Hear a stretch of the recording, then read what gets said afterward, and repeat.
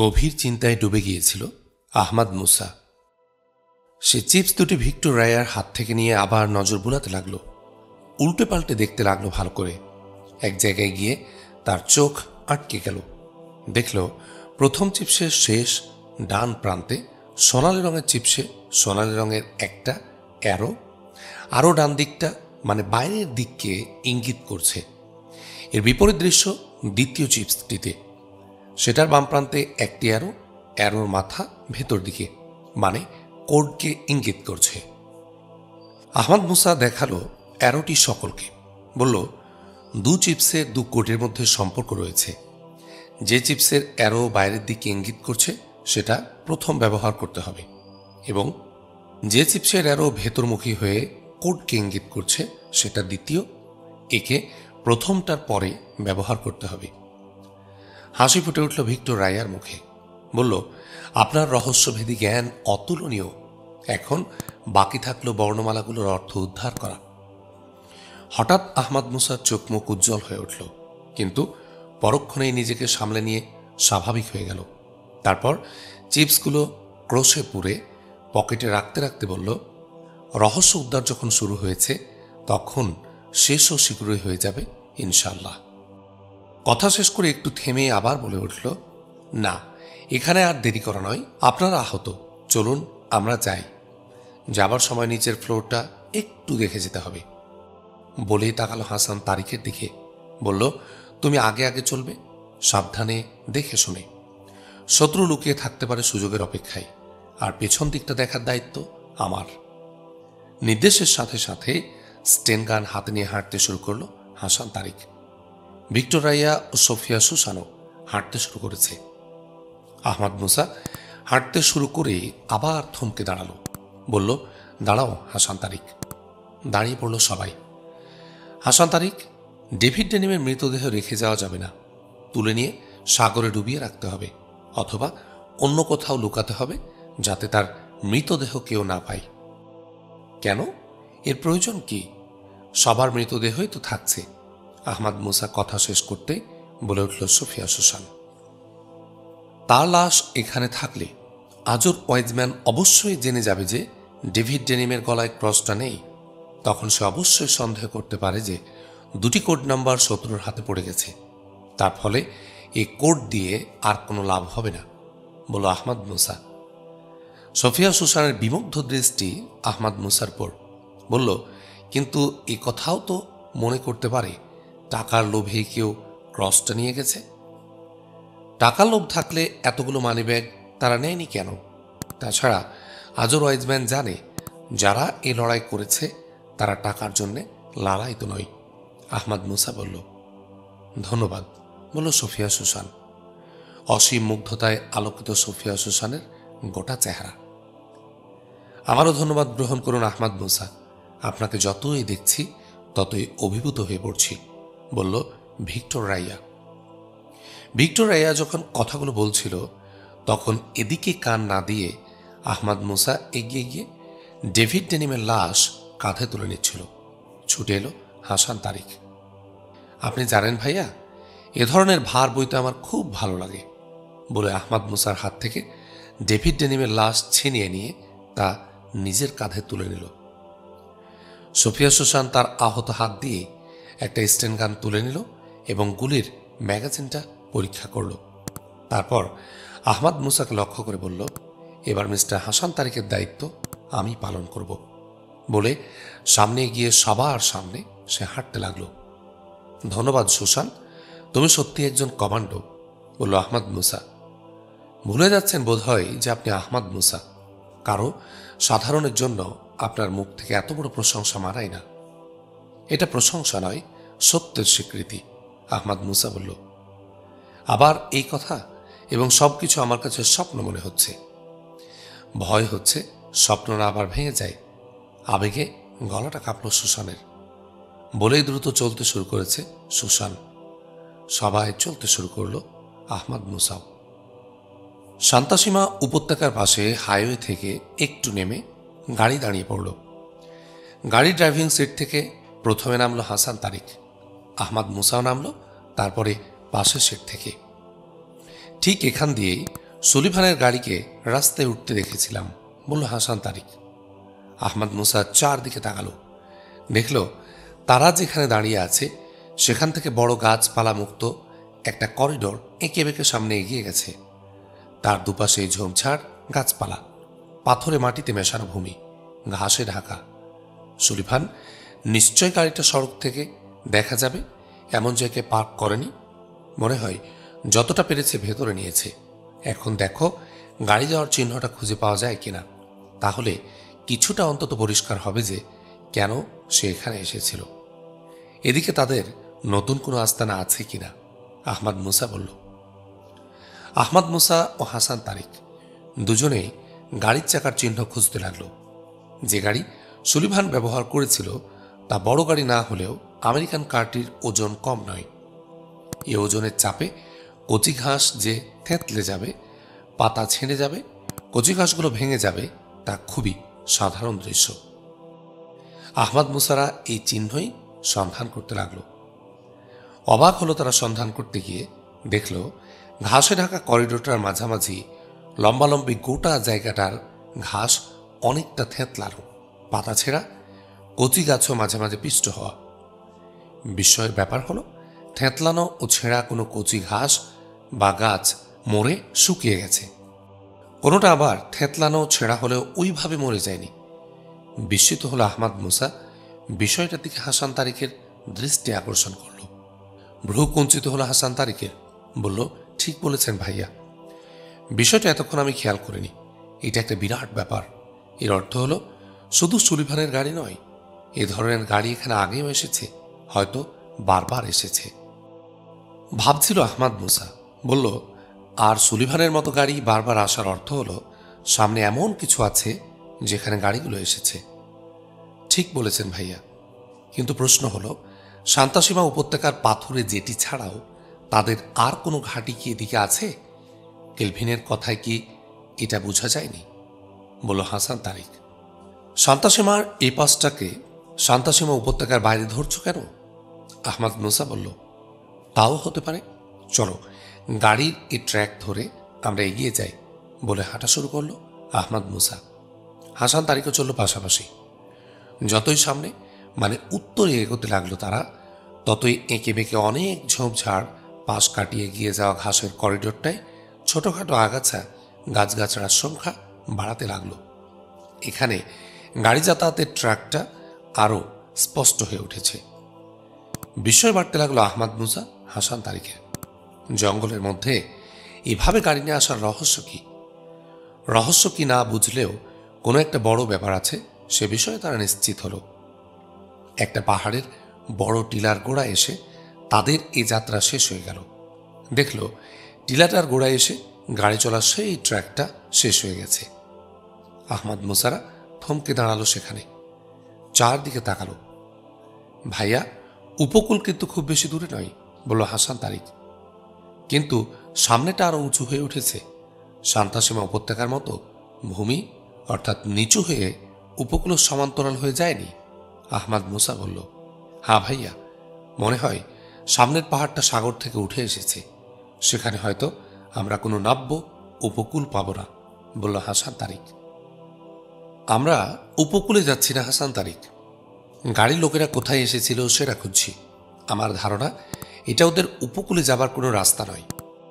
Mini সাবের নগরের জন্যে তারা যে শান্তাসীমার পাথরে যেটিটাকে ব্যবহার করে সেটা তো সেদিন আমরা নিজেদেরই চোখে দেখেছি।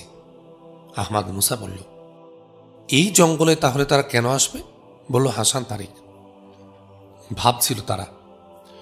আহমদ মুসা একসময় বলল উৎসাহিত কণ্ঠে, খেয়াল করেছ হাসান তারিক, সেদিন মিনিসাব যখন শান্তাসীমা জেটিতে এসেছিল সে সময়টাতে সুলিভান এই জঙ্গলে বা এই এলাকায় ছিল। ভাইয়া, তাহলে আপনি বলতে চাচ্ছেন মিনিসাব নোঙ্গর করা ও সুলিভান এখানে আসার মধ্যে একটা যোগসূত্র আছে? হাসান তারিক বলল, যোগসূত্র না থাকলে ঠিক এ সময় সুলিভান এখানে এসেছিল কেন? স্বগত প্রশ্ন আহমদ মুসার। যেটিতেই তো আমরা লুকিয়েছিলাম, সুলিভান তো সেখানে যায়নি, বলল হাসান তারিক। হতে পারে সুলিভান বা মিনিসাব আমাদের অবস্থান টের পেয়েছিল। সুলিভানও সেখানে যায়নি, মিনিসাবও যেটিতে নোঙ্গর করেনি বলে মুহূর্তখানেক থামল আহমদ মুসা, তারপর আবার বলে উঠল, কিন্তু এমন কিছু ঘটার অর্থ হলো সুলিভান আমাদের অবস্থান টের পেয়েছিল। যদি তা পেয়ে থাকে তাহলে সঙ্গে সঙ্গে তা ডেভিড ডেনিমদের জানাবার কথা, কিন্তু ডেভিড ডেনিমের কথাবার্তায় এমন কিছু আজ করা যায়নি। আমরা বিরাট ধাঁধায় পড়ে গেলাম ভাইয়া, কোনটাকে সত্য বলে গ্রহণ করব, বলল হাসান তারিক। সুলিভানদের গাড়ি এখানে বারবার আসে, এটাকেই সত্য বলে গ্রহণ করব। এসো, কেন এসেছিল এই সত্যটা বের করি, তাহলে সবকিছুই পরিষ্কার হয়ে যাবে, বলে আহমদ মুসা মনোযোগ নিবিষ্ট করল তার চারপাশে। বুঝার চেষ্টা করল গাড়ি থেকে নেমে কোন দিকে গেছে। এ সময় হাসান তারিক একটু পূব দিকে এগিয়ে ঝুঁকে পড়ে একটা কচি চারা হাতে তুলে নিয়ে আহমদ মুসাকে দেখিয়ে বলল, দেখুন, এই চারা গাছটা গোড়া থেকে ভেঙে পড়েছিল, অনেকখানি শুকিয়ে গেছে। আহমদ মুসার মুখ আনন্দ উজ্জ্বল হয়ে উঠল, বলল, চলো আমাদের ডান দিকে এগোতে হবে। একটু এগিয়ে আহমদ মুসা দেখল একটা পাথর তার জায়গা থেকে উপড়ে উল্টে পড়ে আছে। আহমদ মুসা হাসান তারিককে পাথরটা দেখিয়ে বলল, আমরা ঠিক পথে এগোচ্ছি হাসান তারিক। আহমদ মুসারা এইভাবে ছোটখাটো চিহ্ন অনুসরণ করে টিলাটার দক্ষিণ পাশ হয়ে পূব পাশ ঘুরে উত্তর পাশে গিয়ে পৌঁছল। টিলাটার উত্তর পাশে একটা অগভীর উপত্যকা, উপত্যকার পরে একটা পাথুরে পাহাড়, পাহাড়টার নিচের দিকটা জঙ্গলে ঢাকা হলেও উপরের অংশ অনেকটাই নাঙ্গা, সলিড পাথরের, মাঝে মাঝে গাছ। আহমদ মুসারা চিহ্ন ধরে পাথরে পাহাড়টাও উত্তর প্রান্তে গিয়ে পৌঁছল। সামনে তাকাতেই দেখতে পেল পাহাড়ের গোড়ায় একটা আগের মতোই অগভীর কিন্তু সংকীর্ণ উপত্যকা। উপত্যকার পরেই উঁচু হয়ে উঠেছে একটা উচ্চভূমি এবং ছাদের আকারে তা কিছুটা এগিয়ে গেছে, তারপরেই সাগর। নিচের সংকীর্ণ উপত্যকাটা ঘন গাছপালায় ঢাকা। জঙ্গলের উপর চোখ পড়তে একটা বিষয়ের প্রতি তার দৃষ্টি দারুণভাবে আকৃষ্ট হল। দেখল অনেকগুলো গাছের মধ্যে দাঁড়ানো একটা দেবদারুর মতো সোজা লম্বা হয়ে ওঠা গাছের মাথাটা ভাঙ্গা। ভাঙ্গা মাথাটা ঝুলে আছে, ভাঙ্গা অংশটা শুকিয়ে গেছে। আহমদ মুসার মুখটা উজ্জ্বল হয়ে উঠল। গাছের ভাঙ্গা মাথাটা হাসান তারিককে দেখিয়ে বলল, আমার মনে হয় ওটা একটা সংকেত হাসান তারিক। আপনি মনে করেন কেউ ডালটা ভেঙে রেখেছে? হাসান তারিক বলল। আমার তাই মনে হয়, বলল আহমদ মুসা। ঝড় বা অন্য কোনো কারণেও তো ভাঙতে পারে, হাসান তারিক বলল।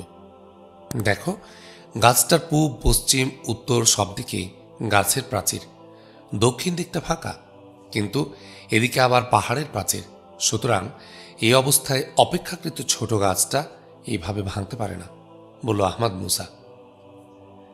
যুক্তিটা ঠিক ভাইয়া, হাসান তারিক বলল। চলো ওদিকে দেখি ব্যাপারটা কি, বলল আহমদ মুসা। বলে আহমদ মুসা পাহাড় থেকে উপত্যকার দিকে নামতে শুরু করলো, সাথে হাসান তারিকও। উপত্যকায় নেমে এলো আহমদ মুসারা। উপত্যকার তলাটা ঘন আগাছায় ভরা। ভাইয়া, এখানেও লোক চলাচলের চিহ্ন পাওয়া যাচ্ছে, হাসান তারিক বলল। কিন্তু হাসান তারিক, একটা জিনিস দেখো, পেছনে আমরা যেমনটা দেখে এসেছি এখানকার ঘাস ও আগাছা সেরকম দলিত মথিত নয়, এখানে চলাফেরা হয়েছে খুব সাবধানে, বলল আহমদ মুসা। কারণ বোধ হয় এই যে এখানে ওদের আগমন ওরা লুকাতে চেয়েছে, কিন্তু কেন? ব্যাপারটা মনে হয় ঠিকানা লুকাবার মতো। আমরা হয়তো ওদের গুরুত্বপূর্ণ কোনো কিছুর কাছাকাছি পৌঁছে গেছি, আহমদ মুসা বলল।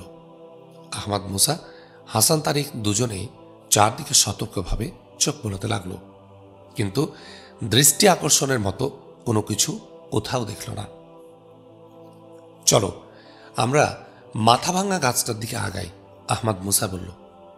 গাছের গোড়ায় পৌঁছার আগেই গাছের উত্তর পাশে গাছের নিচে গাছ আগাছার একটা বৃত্ত তার দৃষ্টি আকর্ষণ করল। বৃত্তটার বহিঃসীমা অস্পষ্ট হলেও বৃত্তটা চারপাশের জঙ্গল থেকে আলাদা হয়ে গেছে, তা একটু সতর্ক দৃষ্টিতেই চোখে পড়ে। বৃত্তের ভেতরের ঘাস আগাছার জঙ্গল প্রাকৃতিকভাবে বিন্যস্ত নয়, পরিকল্পিতভাবে সাজানো। এই পার্থক্যই বৃত্তকে আলাদা করেছে। আহমদ মুসা বৃত্তটা দেখালো হাসান তারিককে। বিস্মিত কণ্ঠে হাসান তারিক বলল, উপরে গাছের ডাল ভেঙে রাখা, নিচে জঙ্গলের একটা ম্যানমেড বৃত্তের নিশ্চয় একটা অর্থ আছে ভাইয়া। আহমদ মুসা কোনো জবাব দিল না। এগুলো গাছের গোড়ায় বৃত্তটার দিকে। হাসান তারিক বৃত্তটার পাশে পৌঁছতে হাসান তারিক বলে উঠল, বৃত্তটাকে এখন কিন্তু ভাইয়া চারদিক থেকে জঙ্গল এলাকা থেকে আলাদা করা যাচ্ছে না? হ্যাঁ, তাই হয়। শিল্পীদের এক শ্রেণীর ছবিকে কাছ থেকে দেখলে তার কোনো আকার বোঝা যায় না, কিন্তু দূর থেকে দেখলে আকার পরিষ্কার হয়ে ওঠে। এই ব্যাপারটাও সেরকম। এই বৃত্তটাকে অন্য মানুষের চোখ থেকে লুকাবার জন্য এটা একটা কৌশল। বলে আহমদ মুসা বৃত্তের চারদিকটা দেখতে লাগলো। মাটির উপর ঝুঁকে পড়ে পরীক্ষা করতে গিয়ে আহমদ মুসা দেখল বাইরের সাথে বৃত্তের প্রান্ত বরাবর ফাটল এবং তার সাথে কিছুটা আলগা মাটিও ছড়িয়ে ছিটিয়ে থাকা। ব্যাপারটা হাসান তারিকেরও নজরে পড়েছিল। সে বিস্মিত। বলল সে আহমদ মুসাকে লক্ষ্য করে, ভাইয়া, মনে হচ্ছে যেন বৃত্ত একটা আলগা জিনিস। তোমার চিন্তায় আরেকটা বিষয় যোগ করো। দেখো, বৃত্তের প্রান্ত ধূলিধূসরিত হলেও খুব শক্ত, যেন সিমেন্টে তৈরি। তার অর্থ প্রান্তটা প্রাকৃতিক নয়, বিশেষভাবে তৈরি করা হয়েছে। বলে উঠে দাঁড়ালো আহমদ মুসা। তার কপাল কুঞ্চিত, ভাবছে সে। হাসান তারিকও উঠে দাঁড়িয়েছে। তারও চোখে মুখে বিস্ময়। আহমদ মুসা আবার ঘুরে এলো বৃত্তটার কাছে।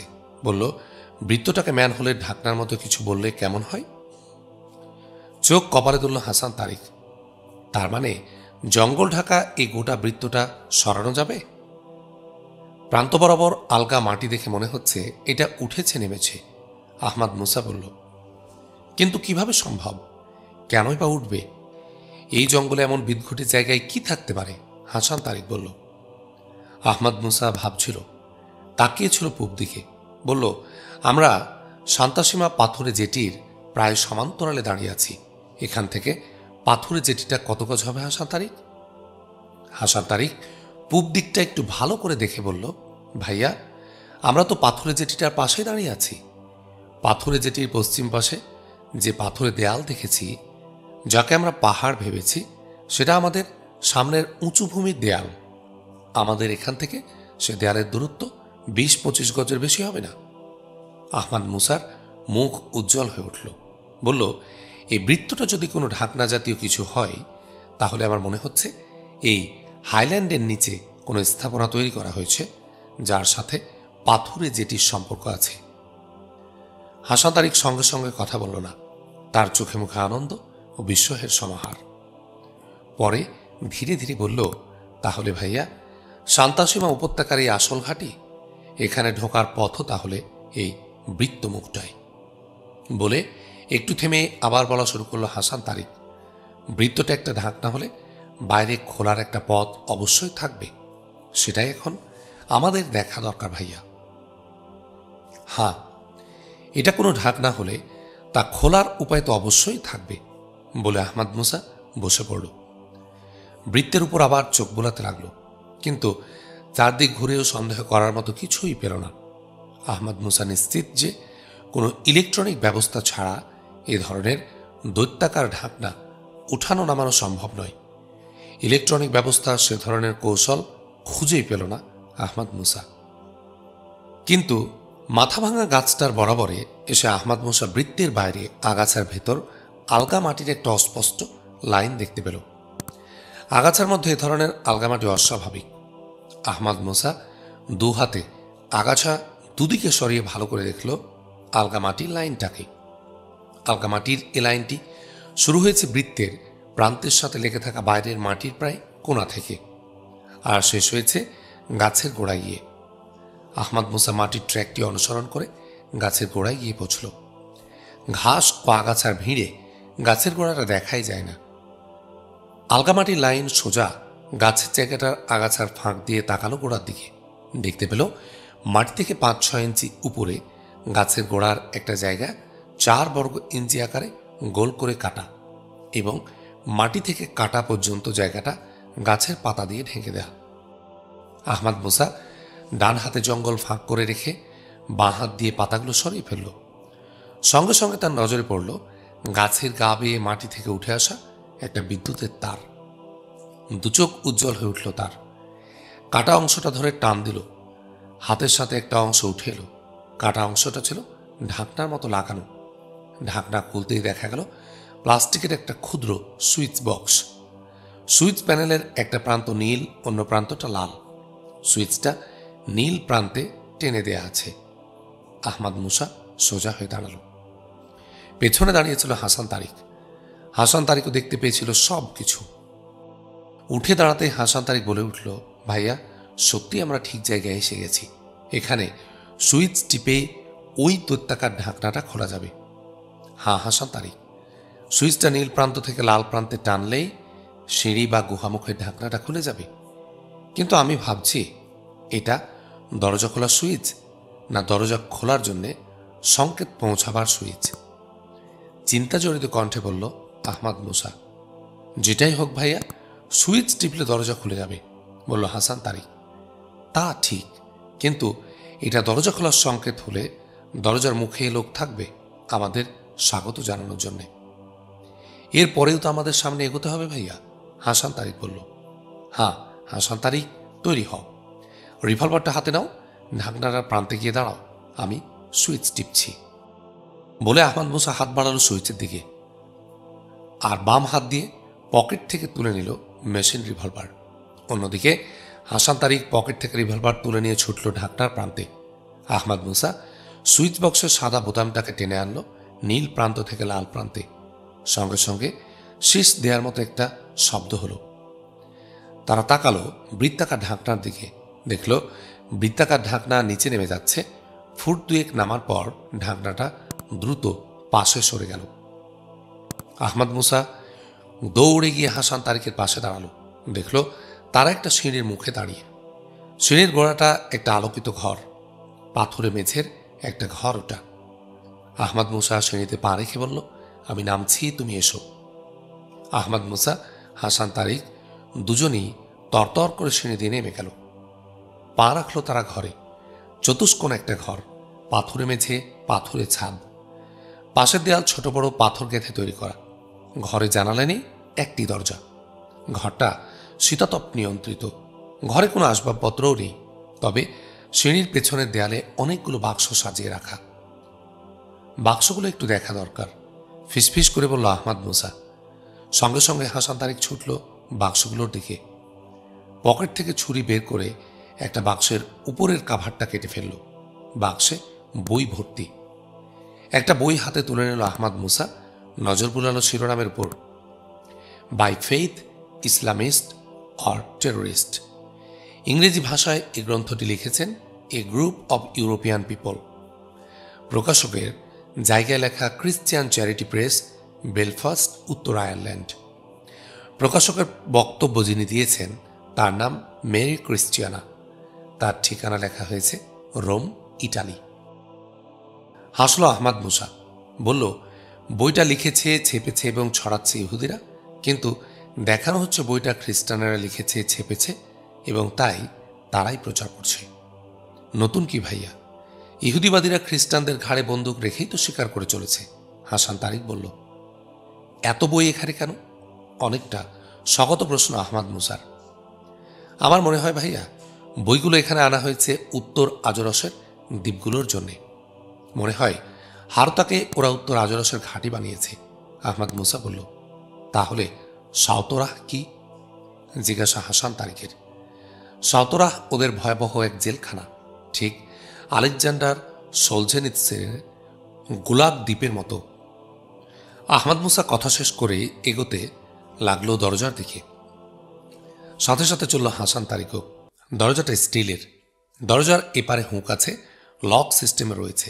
হুঁক খোলা, লক করা থাকতেও পারে, নাও থাকতে পারে।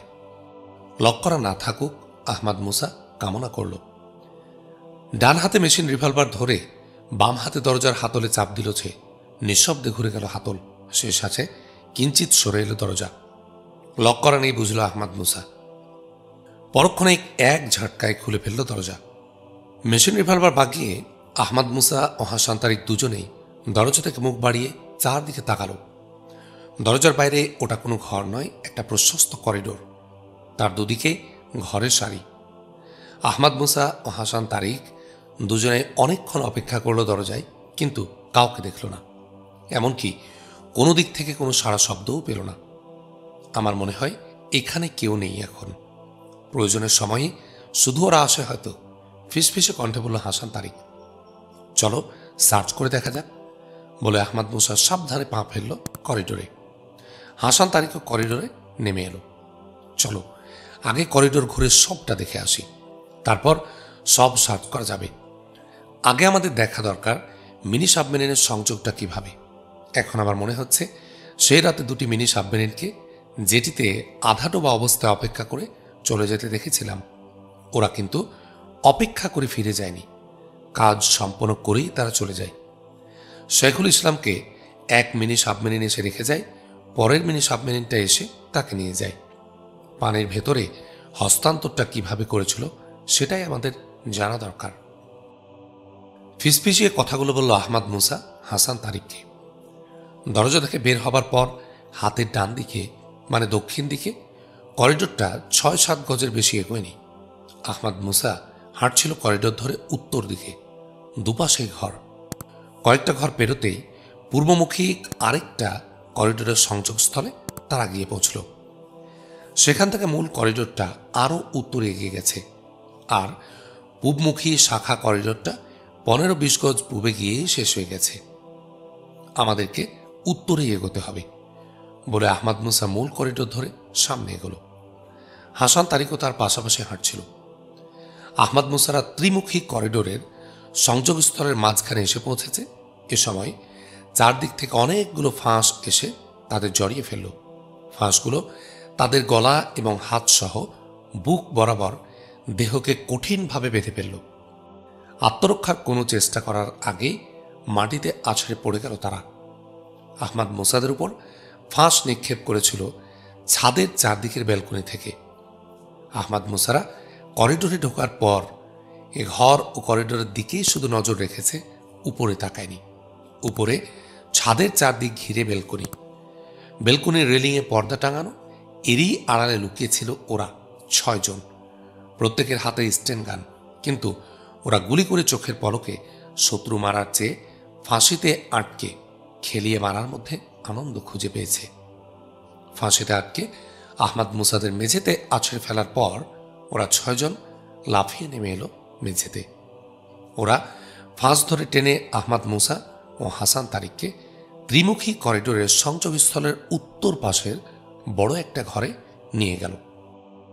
ঘরটা অনেকটা মিডিয়া রুমের মতো, অনেকগুলো লাল কালো টেলিফোন, ফ্যাক্স, টিভি, কম্পিউটারে সজ্জিত ঘরটা। বসার জন্য সোফা চেয়ারও আছে অনেকগুলো। ঘরে ঢুকে একজন মোবাইল নিয়ে কোথাও কল করল। সংযোগ হতে টেলিফোনকারী লোকটি শরীরটা সামনে বাঁকিয়ে মাথা নিচু করে বিনীত কণ্ঠে বলল, এক্সিলেন্সি, আমাদের এই ঘাঁটিতে 2 জন লোক প্রবেশ করেছে। আমরা তাদের ধরে ফেলেছি। আমাদের নির্দেশ নিয়ম অনুসারে ওদের খুন করা একমাত্র শাস্তি।